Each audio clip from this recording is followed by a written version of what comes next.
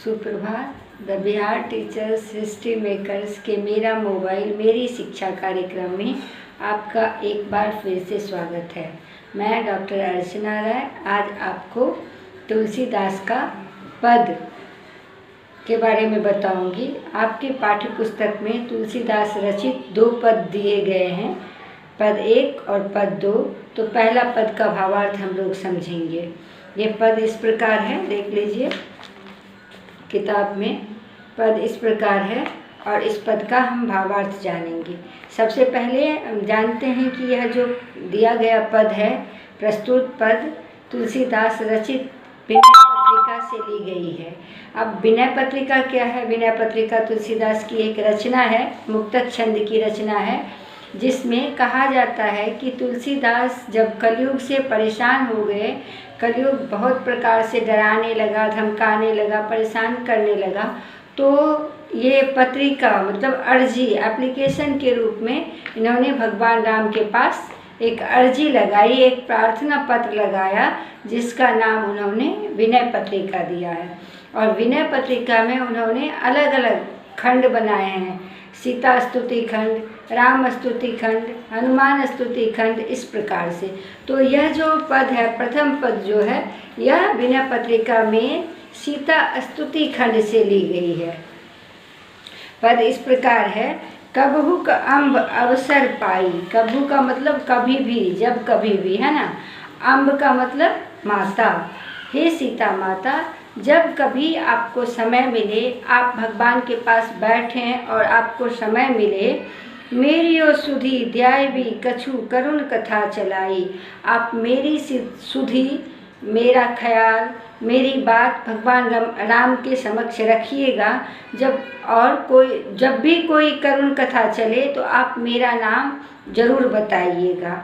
दीन सब अंगहीन छीन मलिन अघी अगाई। तुलसीदास जी अपने बारे में कहते हैं कि मैं कैसा हूँ? दीन हूँ। छीन का मतलब दुर्बल हूँ, कमज़ोर हूँ। सब अंगहीन अर्थात मेरे शरीर के जो अंग हैं, उसने काम करना क्या किया है? बंद कर दिया है, धीरे धीरे पूर्ण रूप से काम नहीं कर पा रहा है। और मलिन का मतलब तो आप जानते ही हैं कि स्वच्छ नहीं है बिल्कुल। अधि अघाई अर्थात पापों में डूबा हुआ हूँ, मैं पापी हूँ, ऐसा कहना है तुलसीदास का। कि मैं दीन हूँ, सब अंगों से छीन हूँ, अर्थात मेरे अंग काम नहीं कर रहे हैं। मलिन हूँ, मैं स्वच्छ भी नहीं हूँ, दुर्बल हूँ और पापों में आकंठ डूबा हुआ हूँ।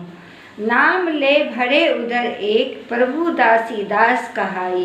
कह रहे हैं कि मैं भगवान राम का नाम ले लेकर अपना पेट भरता हूँ, और जब पूछेंगे कि वह कौन है तो आप बताइएगा कि भगवान राम की जो दासी हैं अर्थात सीता माता, मैं उनका दास हूँ। अर्थात सीता माता का दास कह के कवि तुलसीदास ने भगवान राम के सामने अपना इंट्रोडक्शन दिया, अपना परिचय दिया। बूझिए सो है कौन, कहीं भी नाम दशा जनाई। जब पूछेंगे कि यह कौन है, किसके बारे में बात कर रही हैं आप, तब आप मेरा नाम कहिएगा और मेरी दशा जो है, मेरी जो करुण अवस्था है, उससे भगवान राम को अवगत कराइएगा।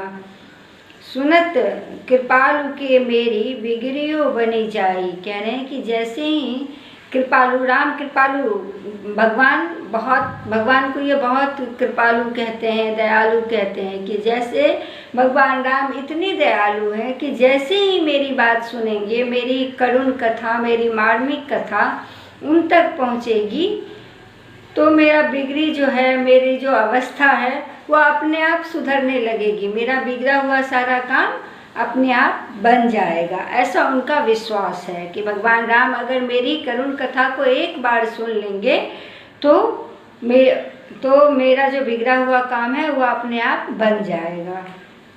जानकी जग जननी जन किए वचन सहाई।